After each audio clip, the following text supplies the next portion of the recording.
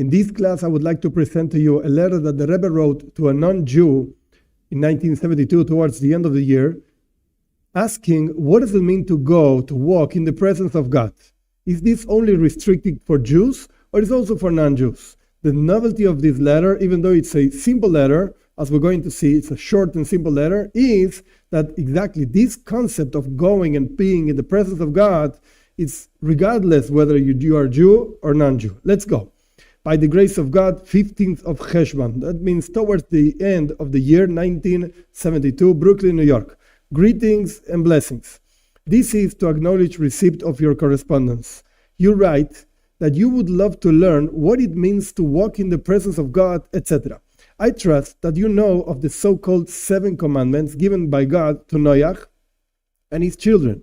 These are, the Rebbe enumerates: 1. The establishment of courts of justice. 2. The prohibition of blasphemy. 3. Of idolatry. 4. Of incest. 5. Of bloodshed. 6. Of robbery. 7. Of eating flesh cut from a living animal.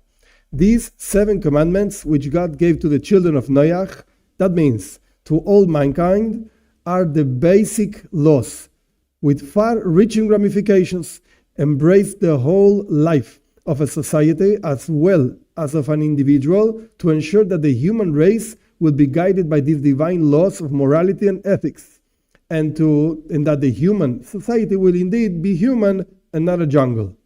To be sure, Jews, the children of Abraham, Yitzchak, and Yaakov, have later been given many more divine commandments which obligate them, but not the rest of mankind. However, this in no way diminishes the fact that Gentiles can and must attain complete fulfillment through the observance of the above-mentioned 7 commandments of men, with all the ramifications, for inasmuch as they are God-given, they provide the vehicle whereby to attain communion with God, and thus, quotes, walk ever in the presence of God, end quotes, as you write in your letter. I would like to make an additional essential point. If there was a time when some thinkers thought that there was no need to connect the laws of ethics and morality with divine authority, inasmuch as these are rational principles, the fallacy of this thinking is now abundantly clear. For we have seen in our own day and age a whole nation which had boasted of great philosophic advancement and ethical systems sink to the lowest depth of inhuman depravity and unprecedented barbarism. And the reason for this was that they thought they could establish a morality and ethics based on human reason, not subject to the authority of a supreme being, having themselves become a super race, as they thought.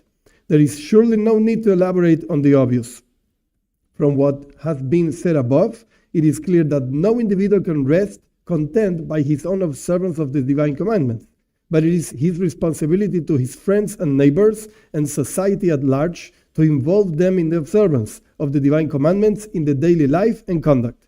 Wishing you success in your efforts to achieve true fulfillment, with blessing, the signature of the Rebbe. So we see a few points in this letter. I'm not going to repeat the whole thing, but the point is there are 7 commandments, there are ramifications, there are more commandments for Jews that humankind, in general, mankind is not obligated to fulfill.